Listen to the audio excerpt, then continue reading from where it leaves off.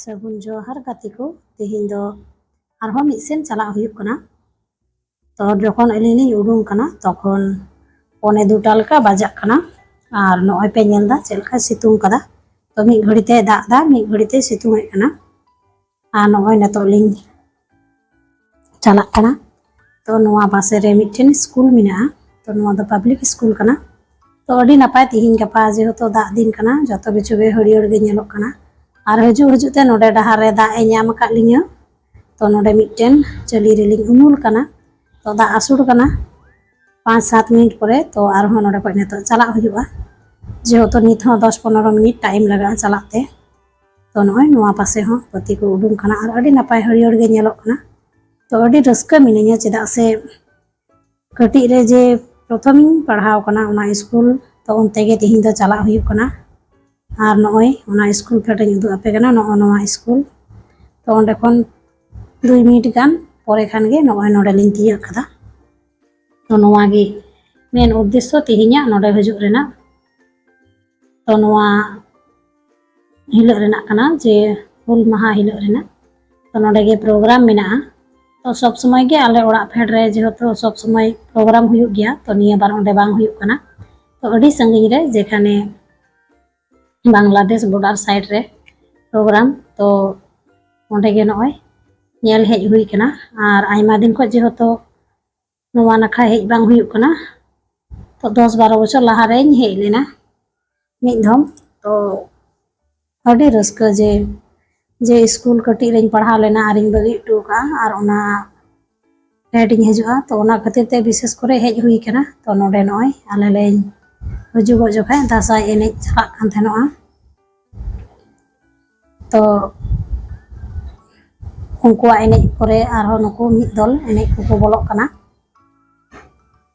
तो नोडे रू आर एनेज को खूब एकटा दो बई आंजम उचो दाड़े पिया चेदा से कॉपीराइट हजुगोआ बेसी रू आवाज तहन खान भितरी करेना।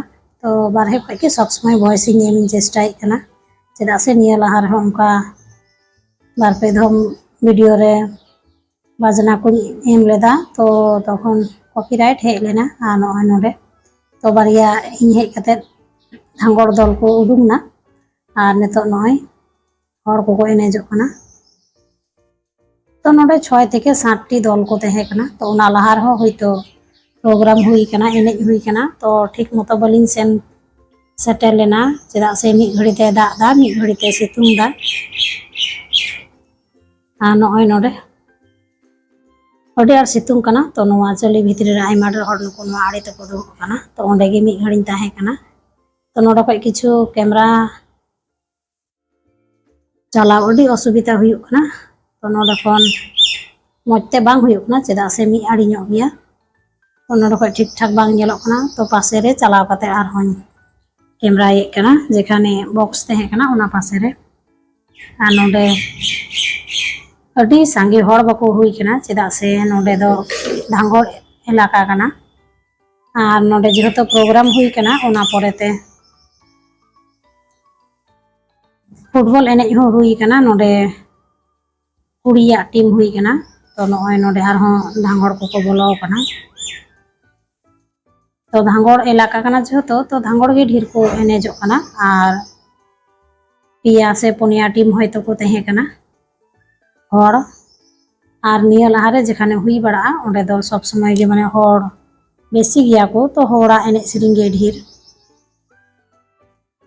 तो अडी नापाय नेतो अलिन जे टाइम लिंग हेज सेटर कना तखन दो आर बाय दाग कदा डाहार रे जेहेतु दाग ᱧᱟᱢ लेद लिया।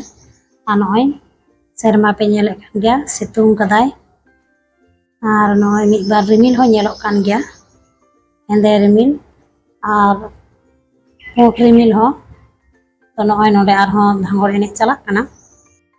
तो नोडे जतो खन मुचाद रे हुई कना हर एनेज। तो आपे सनाम को नोआ वीडियो चेक लका पे नेल केदा कमेंट कते पे बाडाय होइनिया। आर मौज जुदी पे इके लखाय मिटे लाइक पे एमा। तो आरहों नोआ वीडियो आते सेटेरोआ जो।